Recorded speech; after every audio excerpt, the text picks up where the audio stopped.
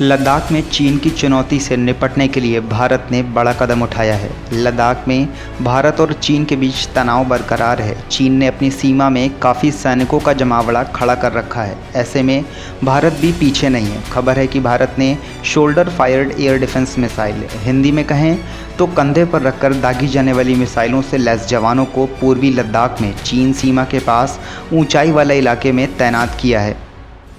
रूसी मूल की मिसाइलों की तैनाती। सरकारी सूत्रों ने इंडिया टुडे को बताया कि भारतीय सेना ने रूसी मूल की ईगला एयर डिफेंस सिस्टम से लैस सैनिकों को उन इलाकों में तैनात किया है। दुश्मन के इरादों को नाकाम करने के लिए इसका इस्तेमाल किया जा सकता है। भारतीय सेना और वायुसेना रूसी मूल की ईगला एयर डिफेंस सिस्टम का इस्तेमाल तब करती है जब दुश्मन के फाइटर जेट या हेलीकॉप्टर सीमा के नज़दीक आ जाते हैं। कंधे पर रखकर दागी जाने वाली ये मिसाइलें दुश्मन के फाइटर जेट और हेलीकॉप्टर को निशाना लगते ही चंद सेकंड में ज़मीन पर मार गिराने में सक्षम है।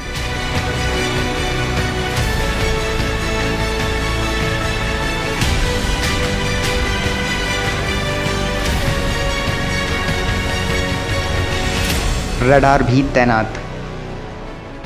वहीं पूर्वी लद्दाख में दुश्मन के विमानों की निगरानी के लिए रडार भी तैनात किए गए हैं। इसके अलावा ज़मीन से हवा में मार करने वाली मिसाइल सिस्टम को भी तैनात किया है। पूर्वी लद्दाख में गलवान घाटी और पेट्रोलिंग पॉइंट 14 के अलावा पैंगांग झील इलाके में चीन ने अपनी सैन्य तैयारी बढ़ा दी है।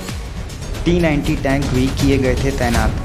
इससे पहले खबर आई थी कि भारत ने देपसांग इलाके में T-90 टैंक तैनात किए थे। भारत में इन्हें भीष्म कहा जाता है। साथ ही बख्तरबंद गाड़ियों और सैनिकों को भी यहां पर भेजा गया। भारत ने इससे पहले 1962 की जंग में AMX-13 लाइट टैंक चीन सीमा के पास तैनात किए थे। ये टैंक फ्रांस से खरीदे गए थे। वहीं साल 2016 में T-72 टैंक लद्दाख में भेजे गए थे। अगस्त की शुरुआत में ही खबर आई कि भारत ने लद्दाख के दौलत बेग ओल्डी और देपसांग इलाके में 15,000 से अधिक सैनिकों की तैनाती की है।